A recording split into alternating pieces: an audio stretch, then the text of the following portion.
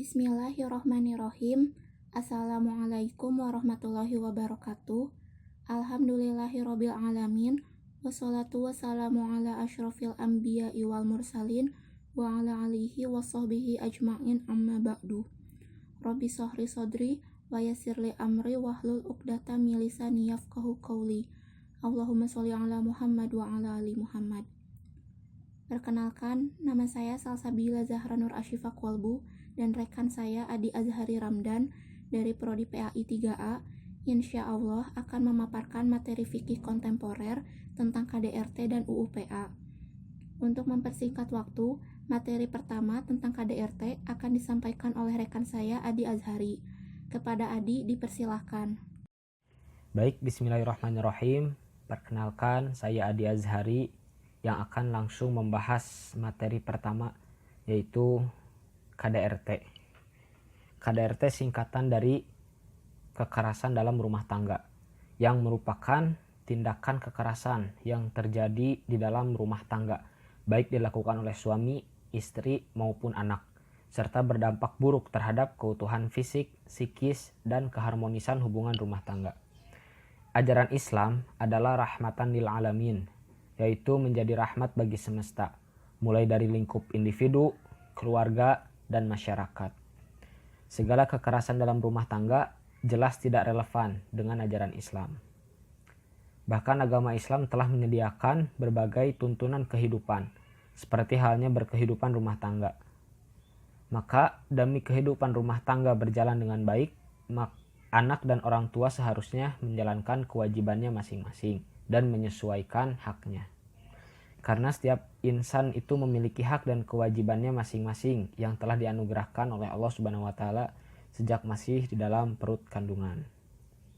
Jadi rumah tangga itu dibentuk dengan tujuan untuk menciptakan keluarga yang harmonis, sakinah, mawaddah, dan rahmah.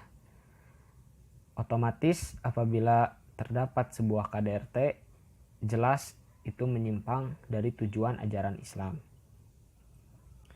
Berikut perintah Allah Subhanahu wa taala kepada pasangan suami istri agar senantiasa menjalankan hubungan rumah tangga dengan tentram dan penuh kasih sayang. Sebagaimana Quran surat Ar-Rum ayat 21. A'udzubillahi minasyaitonirrajim.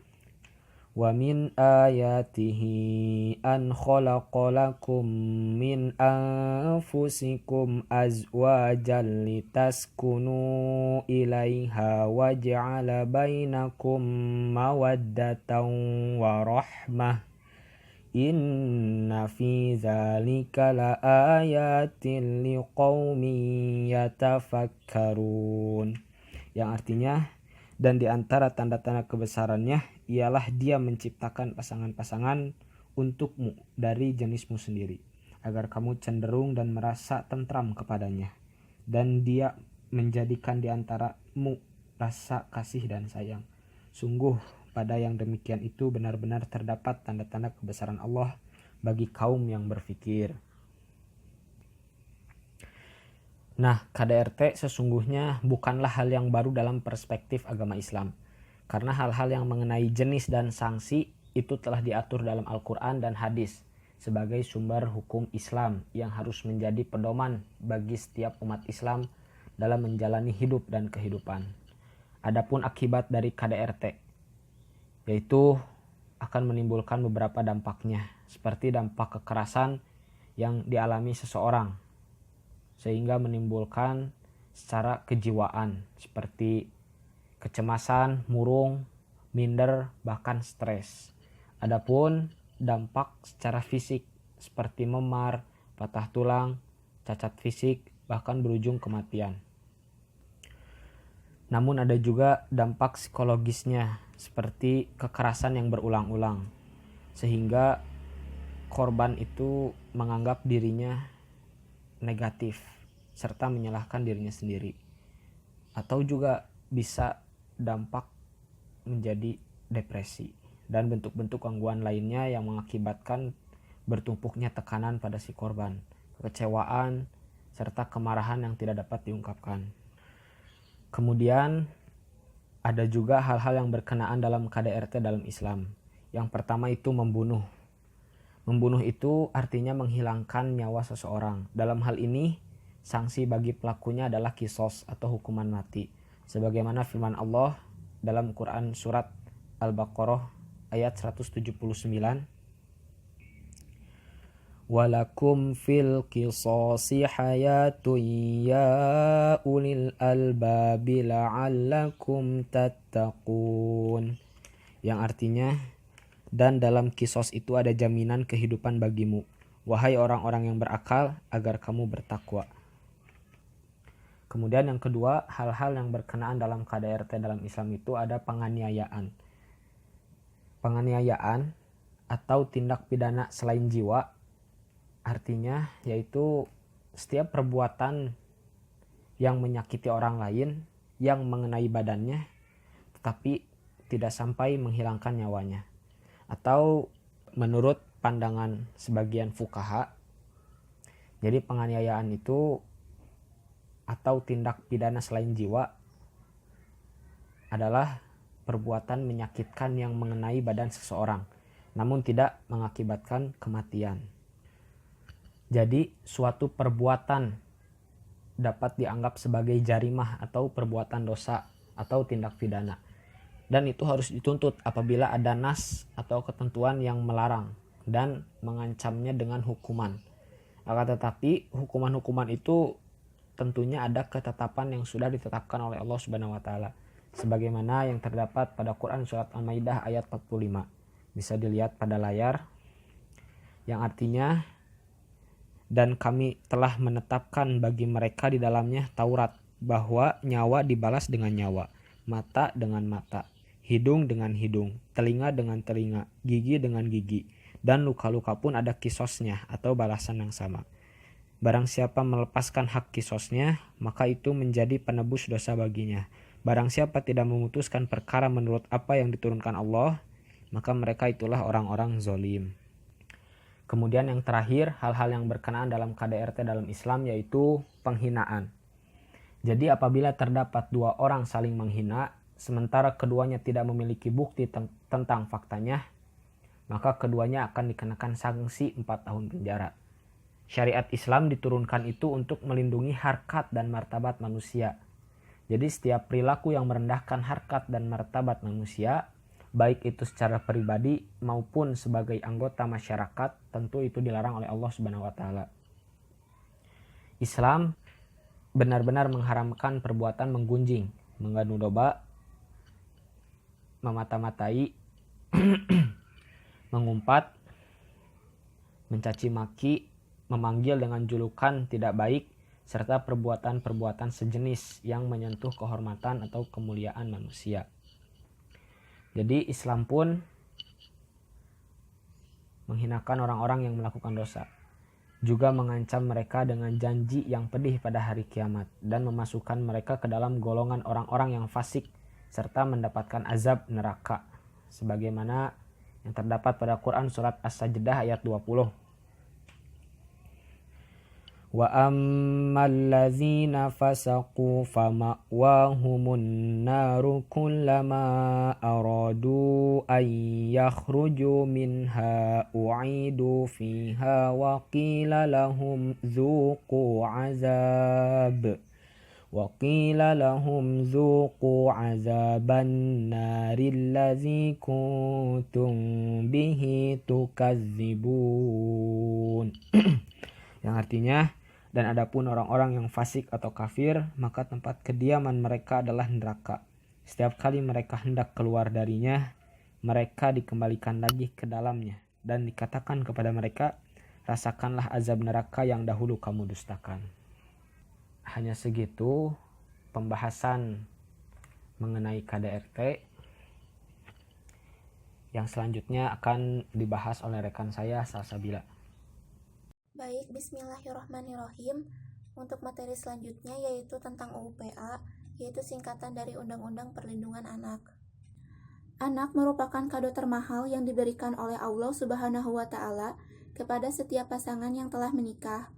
Anak tentunya sebagai titipan atau amanah yang nantinya harus diserahkan kembali kepada Allah disertai pertanggungjawabannya.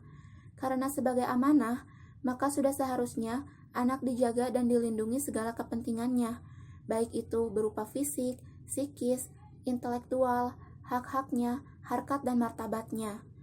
Islam sebagai agama rahmatan lil alamin memberikan perhatian secara khusus dan serius terhadap anak, mulai dari anak masih dalam kandungan ibunya hingga anak menjelang dewasa. Konsep Islam terhadap perlindungan anak merujuk kepada Al-Quran dan As-Sunnah. Nilai yang melekat pada norma hukum Islam merupakan aturan-aturan yang telah ditetapkan oleh Allah Subhanahu wa Ta'ala dan memiliki kelebihan tersendiri dalam Islam. Nilai-nilai itu dapat berupa penegakan keadilan, pencegahan kezaliman, dan oleh karena itu perlunya kerjasama dalam mengatasi masalah-masalah sosial yang merupakan misi kemanusiaan yang dibawa oleh agama. Selanjutnya, perlindungan anak perspektif Islam. Sebagai agama rahmatan lil alamin, Nabi Muhammad SAW telah banyak memberikan contoh-contoh praktis dalam memberikan perlindungan terhadap anak. Di antaranya, yaitu yang pertama, menyayangi anak meskipun anak zina. Kasih sayang merupakan sifat dasar manusia untuk melindungi. Nabi Muhammad SAW adalah orang yang paling penyayang terhadap anak-anak, bahkan terhadap anak zina sekalipun. Nabi Muhammad SAW melimpahkan kasih sayangnya. Ini dapat dilihat dari kasus wanita Bani Al-Ghamidiyah. Ia datang kepada Nabi Muhammad SAW dan melaporkan bahwa dirinya hamil dari hasil zina dan meminta keputusan hukum. Nabi berkata, "Pulanglah sampai engkau melahirkan." Ketika ia telah melahirkan, ia datang lagi kepada Nabi dengan membawa bayinya. Nabi berkata, "Pergilah, kemudian susuilah anakmu itu sampai engkau menyapihnya." Setelah selesai disapih, ia datang lagi kepada Nabi bersama bayi. Maka Nabi menyerahkan bayi itu kepada laki-laki muslim untuk dirawat. Setelah itu, wanita tersebut dijatuhi hukuman rajam. Hadis riwayat Muslim. Pada contoh tersebut, memberikan gambaran bahwa penegakan hukum harus tetap dilaksanakan dengan tidak menafikan kepentingan terbaik bagi anak, dengan cara memberikan kesempatan kepada si ibu untuk memberikan hak yang layak bagi si anak, yaitu hak untuk hidup, tumbuh, dan berkembang secara wajar di dalam kandungan, hak dilahirkan, dan hak untuk mendapatkan ASI. Meskipun si ibu melakukan perbuatan yang melanggar hukum, anak yang sedang dikandungnya tetap dilindungi dan tidak boleh dirugikan. Yang kedua, berlaku adil dalam pemberian. Islam sangat tegas dan konsisten dalam menerapkan prinsip non-diskriminasi terhadap anak. Banyak ayat-ayat Al-Quran yang memerintahkan umat manusia untuk berbuat adil terhadap anak-anak. Salah satunya yaitu Quran Surat Al-Ma'idah ayat 8, bisa dilihat pada layar, yang artinya, "Hai orang-orang yang beriman, hendaklah kamu jadi orang-orang yang selalu menegakkan kebenaran karena Allah, menjadi saksi dengan adil, dan janganlah sekali-kali kebencianmu terhadap sesuatu kaum mendorong kamu untuk berlaku tidak adil. Berlaku adillah, karena adil itu lebih dekat kepada takwa, dan bertakwalah kepada Allah. Sesungguhnya Allah Maha mengetahui apa yang kamu kerjakan." Yang ketiga, yaitu menjaga anak dari penelantaran dengan jaminan nafkah. Orang tua tidak boleh menelantarkan kebutuhan anaknya, baik sandang maupun pangan. Firman Allah Subhanahu wa Ta'ala, Quran Surat Al-Baqarah ayat 233, yang artinya, "Para ibu hendaklah menyusui anak-anaknya selama 2 tahun penuh, bagi yang ingin menyusui secara sempurna, dan kewajiban ayah menanggung nafkah dan pakaian mereka dengan cara yang patut. Seseorang tidak dibebani lebih dari kesanggupannya. Janganlah seorang ibu menderita karena anaknya, dan jangan pula seorang ayah menderita karena anaknya. Ahli waris pun berkewajiban seperti itu pula. Apabila keduanya ingin menyapih dengan persetujuan dan permusyawaratan antara keduanya, maka tidak ada dosa atas keduanya. Dan jika kamu ingin menyusukan anakmu kepada orang lain, maka tidak ada dosa bagimu memberikan pembayaran dengan cara yang patut. Bertakwalah kepada Allah, dan ketahuilah bahwa Allah Maha melihat apa yang kamu kerjakan." Kemudian yang keempat, yaitu melindungi anak dari pergaulan buruk. Nabi Muhammad SAW telah berpesan berkaitan dengan pergaulan anak, yaitu hendaklah orang tua mencarikan teman bergaul yang baik. Dalam sebuah hadis, beliau bersabda yang artinya, "Seseorang itu mengikuti agama teman dekatnya. Oleh sebab itu, hendaklah seseorang memperhatikan siapa yang menjadi teman dekatnya." Hadis riwayat Abu Daud. Yang kelima, yaitu menjaga nama baik anak. Terhadap anak kecil sekalipun, Nabi Muhammad SAW mengajarkan kepada kita untuk menghargai dan menjaga nama baiknya. Tidak boleh mencela ataupun berkata kasar kepada anak. Dalam sebuah hadis, Anas bin Malik, seorang sahabat yang ikut membantu rumah tangga Nabi Muhammad SAW sejak kecil, menuturkan bahwa selama 10 tahun di sana, Nabi Muhammad SAW tidak pernah menghardik atau mengeluarkan kata-kata kasar. Hadis riwayat Muslim. Yang keenam, yaitu segera mencari anak jika hilang. Yang ketujuh, melindungi anak dari kekerasan. Dan yang kedelapan, yaitu melindungi anak dari kejahatan makhluk halus. Kemudian, adapun hak-hak anak atas orang tua. Yang pertama, yaitu hak untuk hidup, di mana hak untuk hidup ini merupakan hak paling mendasar yang dimiliki oleh setiap manusia. Yang kedua, yaitu hak untuk mendapat kejelasan nasab.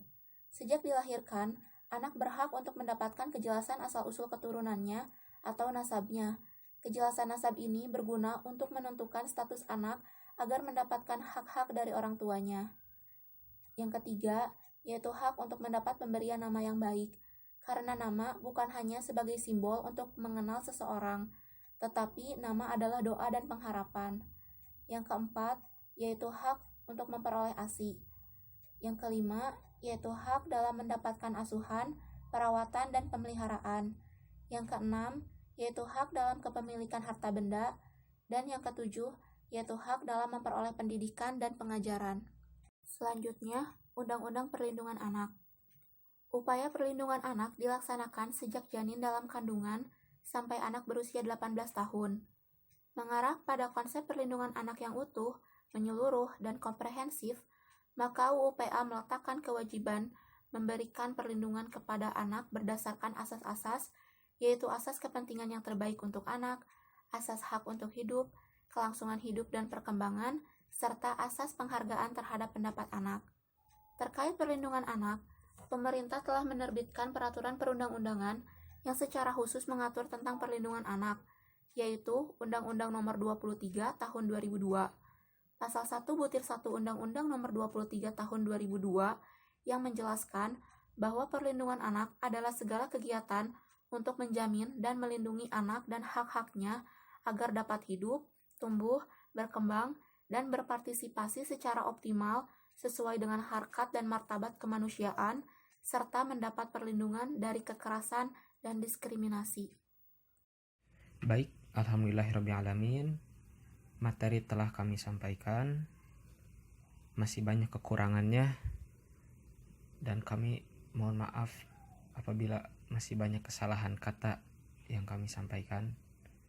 Kebenaran datang dari Allah Subhanahu wa Ta'ala, dan kesalahan datang dari diri kita sendiri. Kami kelompok 5 mengucapkan banyak terima kasih atas perhatiannya.